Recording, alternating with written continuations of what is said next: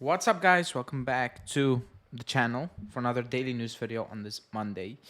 Almost March. But yeah, um, gonna mention the game a little bit. Yesterday's game because we won. But after the game, I won't say there was some controversy, but there was a talking point, which is becoming a bigger one, which each passing day basically. But we will get into it. Please like the video first, subscribe to the channel, and hit that bell notification. Now, we won yesterday. Happy days, you know. I mean, happy in terms of we got the 3 points. Not happy in terms of that's a great watch. Can't wait to see them play again. You know, that's not the case with us this season, and it will not be the case with us this season. So you just need to take the win and run with it, which we did yesterday. But after the game, I have a feeling Allegri gets asked about Vlahovic every single post game. Like, I haven't looked it up, but I'm gonna say if we play 10 games, I I think 8 times he will get asked about Vlahovic, just in general, you know. And he said, you know, that there's no striker on earth that will be happy if he doesn't score goals, but winning is the most important thing, and he's working hard. You know, Vlahovic echoes that thought a little bit, but I think we all know better when we see him play on the pitch. At times he looks frustrated, and I don't think anyone blames him, you know, because he's living off scraps, you know. And again, he gets one, maybe two chances a game, and you need to take them. If he doesn't take them, he will not get another opportunity, and it will make his performance look very poorly. Because usually, if you have a few chances and you take one of two, you have a good game. But if you have one, two, and you take none of them, you have a crap game basically. So I feel for him because we don't create clear cut chances by I don't like with consistency. We just don't like no way clear cut chances, not crosses, corners, free kicks, all those things like clear cut outplay chances. We don't do that, and I believe it's very difficult for him. In the first half with Keane, there was no chemistry, you know. And why would there be? I don't think they ever played together. We switched formation or like personnel in the team so many times. Like there's no way any group of players can build any sort of chemistry when you get, you know, 3 4 new players each game, you know, in that lineup. It's madness, but it's reality. I have a feeling like years back that wasn't the case. You usually play your best and then you rotate one or two every single few games. But we change 3 4 players every game. It's ridiculous. But you feel like there's no real goal threat. You know, he is, especially in that second half, he needed to hold up play on his own, and there was nobody around him. Like it was scary. It was very difficult, and he was losing the ball. Now I must say he needs to improve on that aspect, keeping hold on to the ball. He needs to improve that, and bring other teammates into play.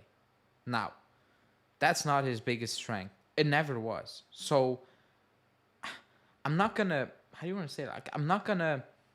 I don't say blame, but like I'm not gonna criticize him heavily on that because he needs to do it so much during a game, and it's not his strongest point. It will look very bad at times. Like it is what it is. I hate that he needs to play with his back towards goal for I don't know 60-70% of the game. I hate it, but that's what it is now, and it will look poorly. It will look badly because he's an out and out goal scorer. You need to get him the ball as much as possible in and around the box. It's as simple as that, and we don't do that. Yes, crosses, but even then, I mean,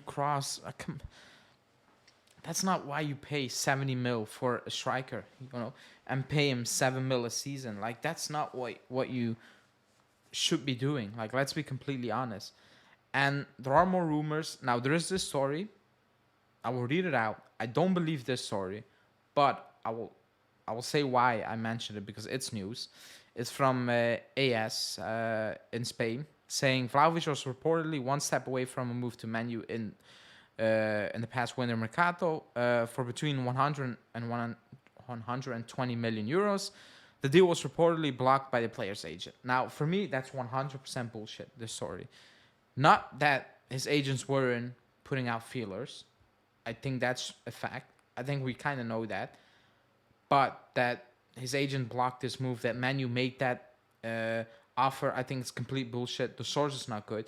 I mentioned it because Manu are one of the teams that will be in for a striker in the summer, you know, and his agents have had talks or like put out things out there and see what's possible. Like that's, I think we all know that, you know. I think we can all agree on that, you know, admit that basically. I don't believe this story. Now, do I believe he's worth that money at this moment in time? No way. Like I don't believe Mudrik was worth that money.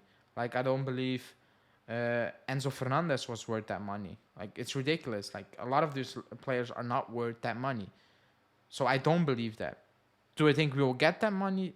I also don't think so. You know, I think Man U are going into a switch of ownership potentially because it got all rejected reportedly today. They needed 1 billion extra.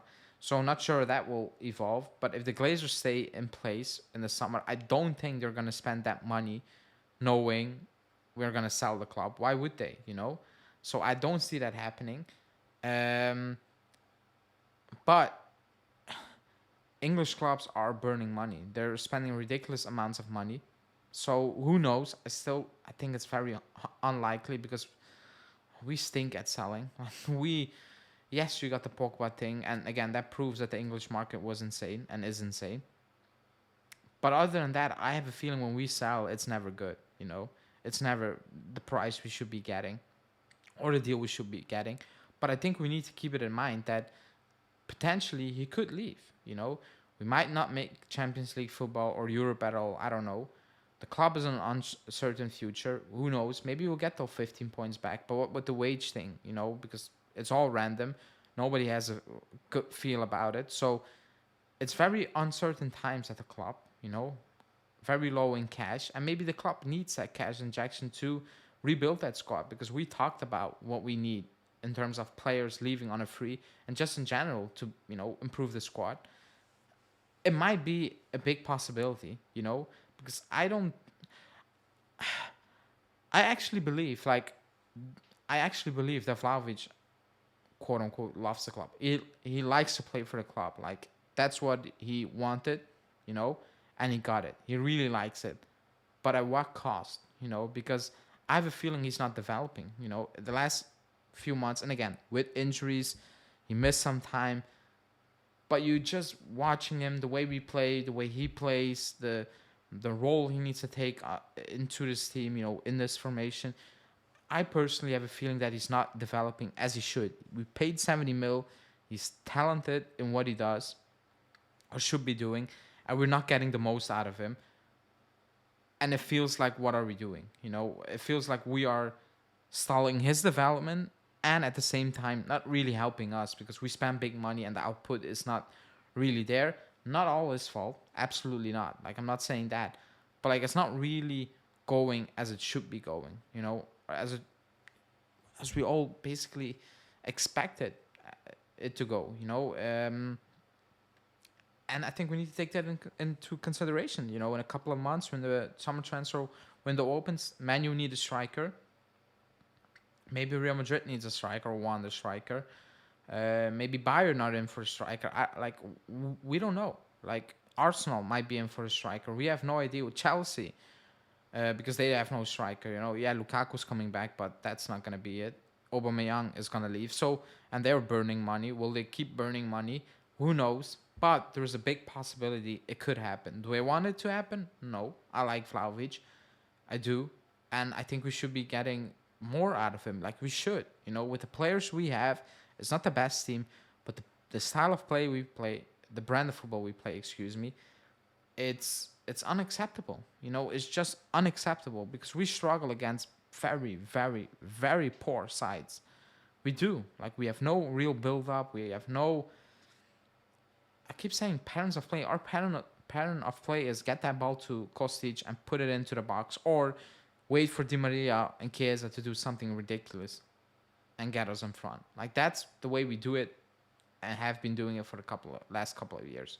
So let's see, but keep in mind, it's a big possibility that he could leave. Um, maybe not really because he wants it. Maybe yes, but also maybe because the club needs the money. Or somehow some of those possibilities are out there, in my opinion. But this story, I don't really believe. I do believe there were some rumors put out there by his agent, but I don't think this is a real thing as of now. In the summer, well, who knows? Who knows? But let me know in the comments, because I do know a lot of people are okay with selling him no matter what. But that's not the question I'm gonna ask. The question I will ask is it all his fault, or is it more on the way we play that we're not getting the best out of it? So let me know in the comments. Please like the video, subscribe to the channel, hit that bell notification, and we will see you back tomorrow. Ciao.